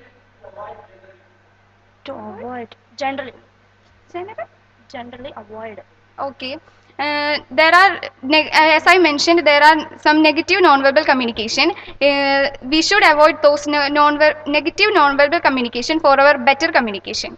we can do not cross your legs in front of others, means in a formal meeting do not cross your hands or making eyebrows up and making an arrogant face and a sarcastic smile. If you avoid these things, you can make a perfect communication with others. And also crossing leg and locking your palms. It like Locking your ankle. don't sit like this and don't cross your legs. That sit properly with respect position. That's I have one more questions. So how can you justify that non-verbal communication is the success factor of international business? Non-verbal communication is a success factor in international business because there are some etiquettes in meetings and conference. The non-verbal communication is the huge proportion in communication. So if you focus more on your non-verbal communication, it will makes gain to your communication. So communication is the one important part that help us from convey our message to others. So as I can say that non-verbal communication is a success factor in international business. Which one is play the major role, whether the non-verbal communication or the verbal communications? Actually, non-verbal communication and verbal communication are very important for a communication, but 30% of non-verbal communications are there in communication, 90% of non-verbal communications are there. If you can see, I am using more of my hand while expressing myself. That is in every communication. Non-verbal communication is more important in every communication. Good. Is there any questions? Okay. thank you. Next, I invite Aishwarya, Preeti.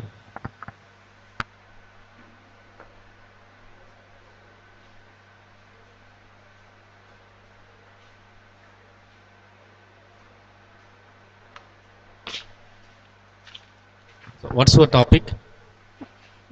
Influence on influence. Use the mic. Okay, பேசலாமா? Influence of English on the growth of international business. Our topic is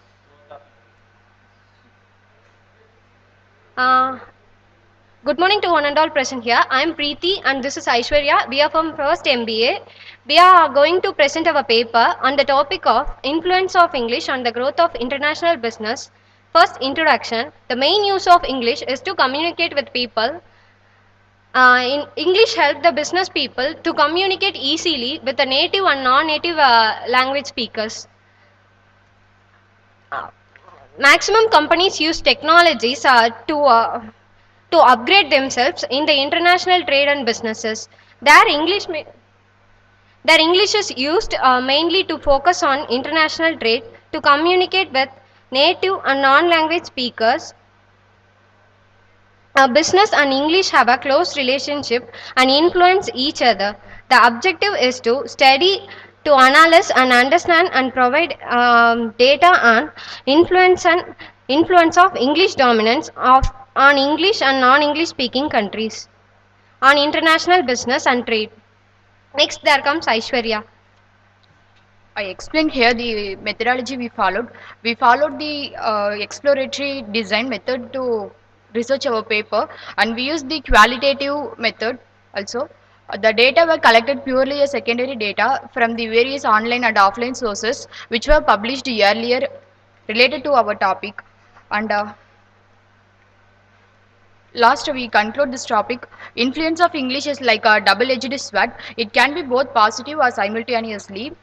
English language acts as a bridge language for connecting the people from various places in the world, especially for the business peoples. Minority language dominance, the English can be devastating. At last, many languages used for business, but English plays a vital role.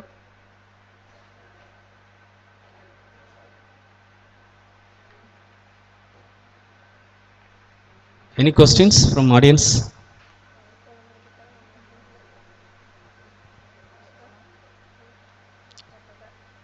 So what are the major terms of English words used in international business? Terms of English words used in international business. English words, business words, major business words. Etiquettes. Yes? Business etiquettes, manners, etiquettes, Ah. and அதுக்கப்புறம் Is English plays the major role for international business? yes sir. Apart from English language, which language plays the major role for international business?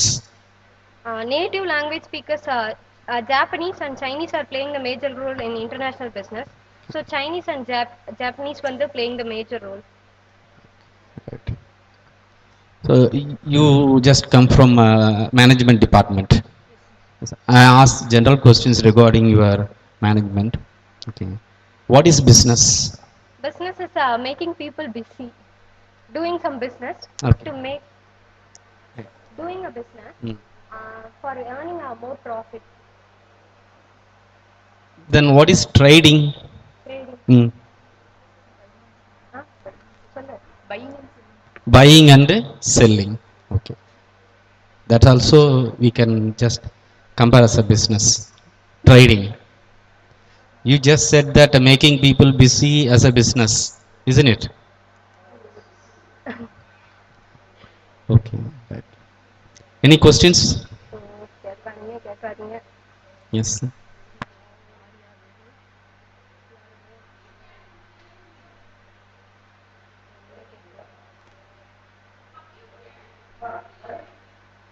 How can you improve your business? Influence.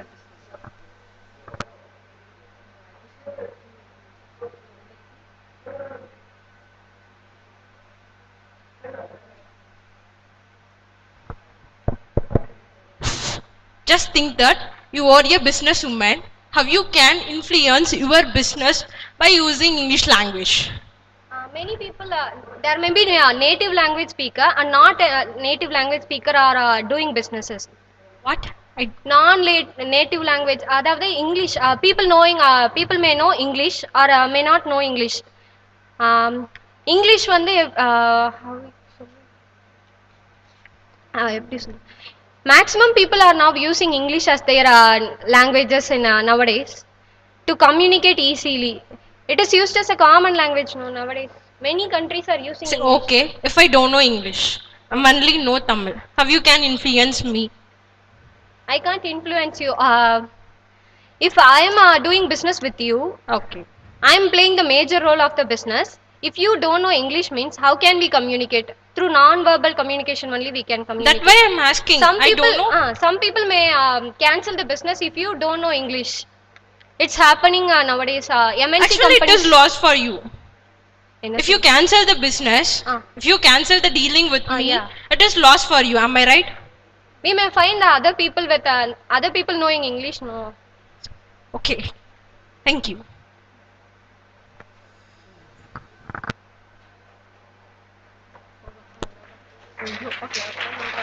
See, I just want to justify my questions. My question was, what is business? So you said business is we just want to make people to, busy for doing their work. That is called business. You said like that.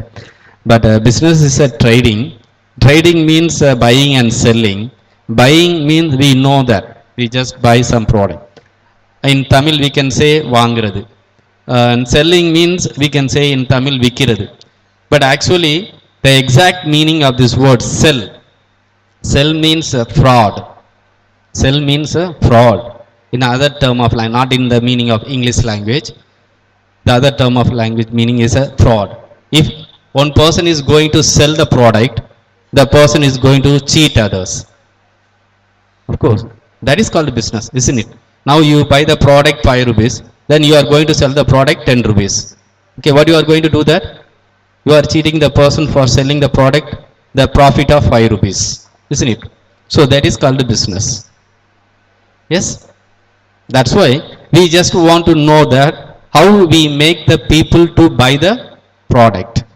Is it? So how we use the language for making the people to buy the product, both verbal as well as a non-verbal. The first thing is we should give importance for the non-verbal communications, because only through our body language we can impress the people to buy that. The next one is the language, right? That other one is why do you use that kind of dressing code, especially that management students used to wear this kind of dressing code, isn't it? The appearance also admire the people to buy the product, the showcasing all those things. So that what you people are studying in your through your course, isn't it? Correct or wrong? Yes, sir. Yes, thank you. Thank you, sir. Next, Sree Vasni and Kalpana.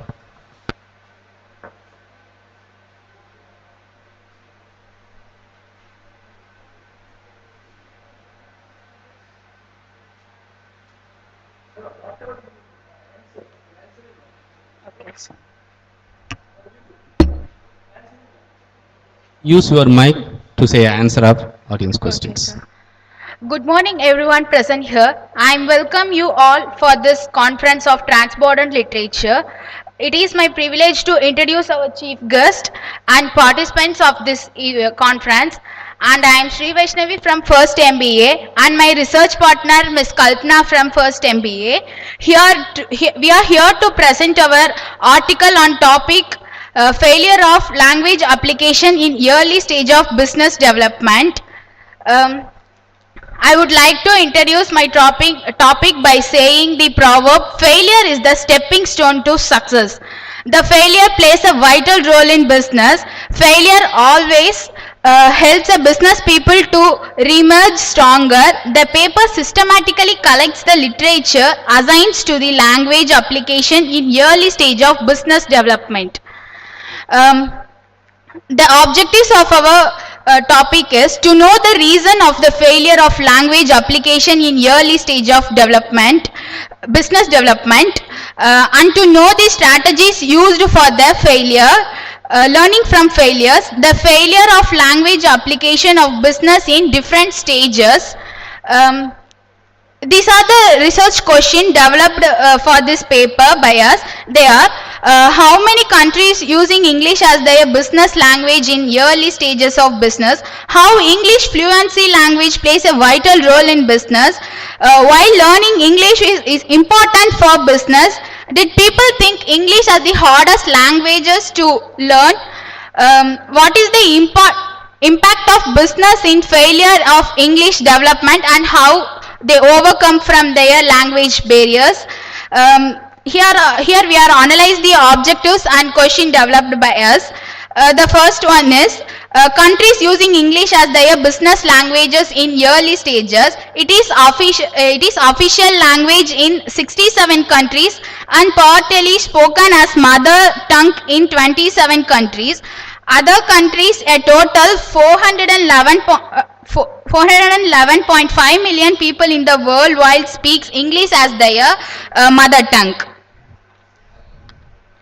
English is a business language in India. English is employed not only as another foreign language, but it becomes a main language, especially in the field of business.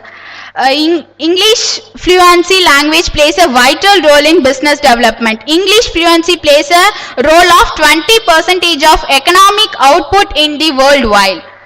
Reason for failure of language application in early station is their deviation, inattention and lack of ability, proceed in inadequacy and exploratory testing.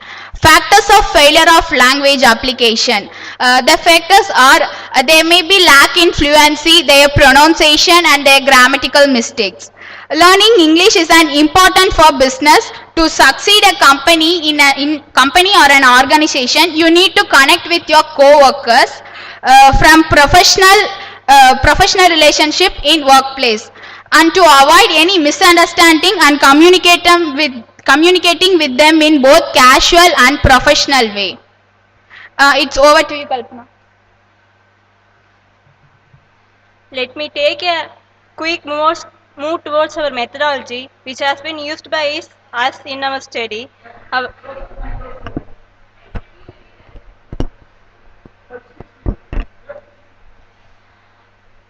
Let me take a quick move towards our methodology, which has been used by us in our study.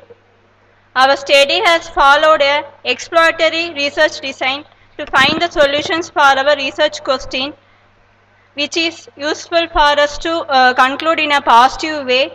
And our study is purely based on secondary data, which has been from journals and articles, and we used qualitative analysis in this process to conclude and arrive a solution. The methodology adapts to know the failure of the language application in a business and the strategies for learning from failure in a in-depth manner. Next comes our discussion part, where we discussed about the failure of the language application in an elaborate manner and the triggering effect of the entrepreneur's reflections on specific factors like emotions and attributions plays a major role in the failure. The results in the learning application in a business is re-emergence. And after the detailed analysis and discussion, let me conclude that our study results in the failure due to some reasons like inattention, lack of ability and deviance, and some specific factors which triggers the entrepreneur's emotions and the attribution. But the failure is not bad as we think. Behind every failure, there comes learning process. And while considering entrepreneur, it is a entrepreneur learning and re-emergence of entrepreneur. We thank everyone for spare your time today to listen our research topic, and we feel grateful for this opportunity. I thank Dr. Vinu Charles sir for guided us from the beginning to end of this presentation. Thank you, sir. Thank you all. Thank you all. You just read all those things completely without having any hiccups. Okay, good. All right, my question is from your topic, the failure of language applications in early stage of business development. What is failure? Failure is an art. Use your mic. It is a learning process, sir. What is? Learning process. My question is, what is failure? If they're trying to do something, Okay. It's may go in negative manner. Is there any other answer instead of this one? Failure is nothing but lack of success.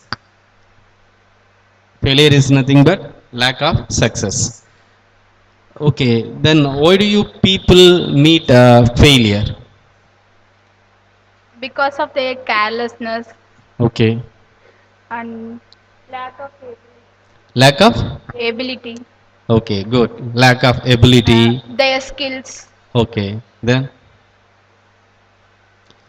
they are they have somewhat a fear to implement their ideas in a time. They are expecting a perfect time to implement their ideas.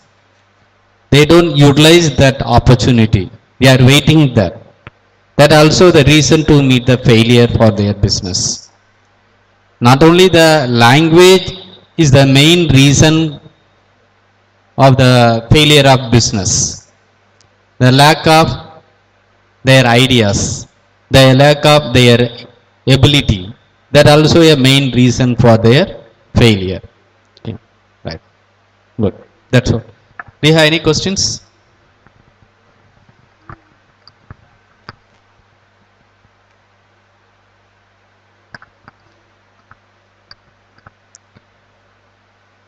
Don't you have questions? Yes. If there is any question, then we can wind up that. Thank. Thank you, sir.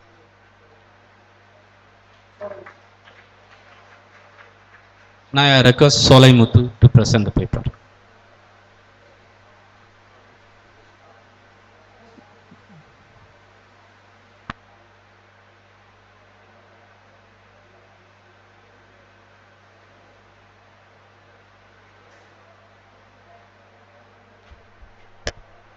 Good morning, our chief guest and you all. My research areas, I am going to do the subaltern characters, the subaltern social realism of downward people. In the workshop, Beast of Burden, Arumugam, Pethavan and Vidyaa Mandir workshop M.M., a Tamil writer. The research is a serious and systematic study of a particular knowledge or subject. It is generally based on the combination of primary and secondary level. The primary research is the study of the subject through the first-hand investigation, such as analyzing literary and historical text, a film, a performance, conducting a survey, over an interview, and carrying out laboratory experiments. Secondary research is the examination of studies that other researchers have made of a subject.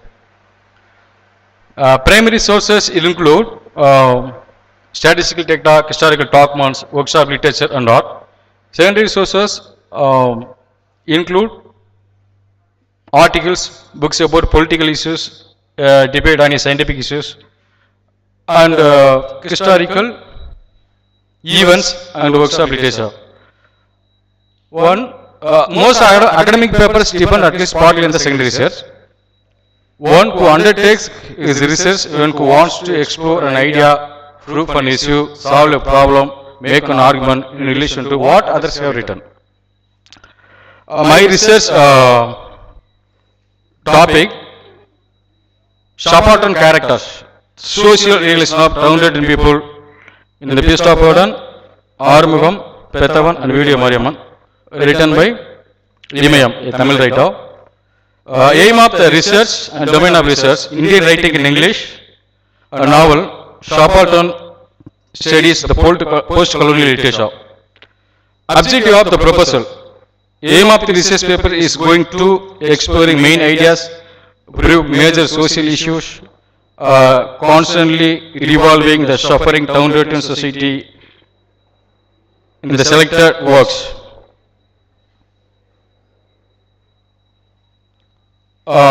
Expected conclusions. The background, subaltern is marginalized and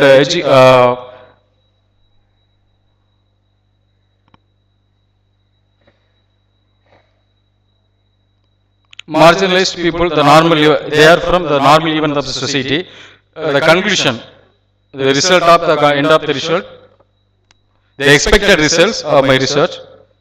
What is social realism? Then what are subaltern characters? How they are narrated in the selected novels? And finally, how and who treated them as subaltern? Acknowledging truth that involved in the evidences from the single author, the select novels can prove many aspects and come with proved results. So voiceless people are the people. So thanking you. Good. So since your topic is from literature, yes, sir. Previously all the papers they have done on language. I have so many questions to discuss about this topic subaltern. If we go for the discussions regarding this topic, means then we have more number of time to discuss that. Right. My question, simple question is, the Gayatri, Chakravarti Gayatri spy walk, that work can subaltern speak? Yeah, she told simply, the subaltern people, always the people are voiceless. Yes, the people are voiceless. Yes, sir. Here, who are the people considering as a subaltern? People, they are always unable to express their own expression in many ways. So, we can say from voiceless people to voiced people. Yes. Those who are not able to express your thoughts, ideas to the voiced people. Yeah. So they are here considering as a subaltern. They are differently, they are marginality section, they are from the normal event of the society people. Normal people of the society. If voice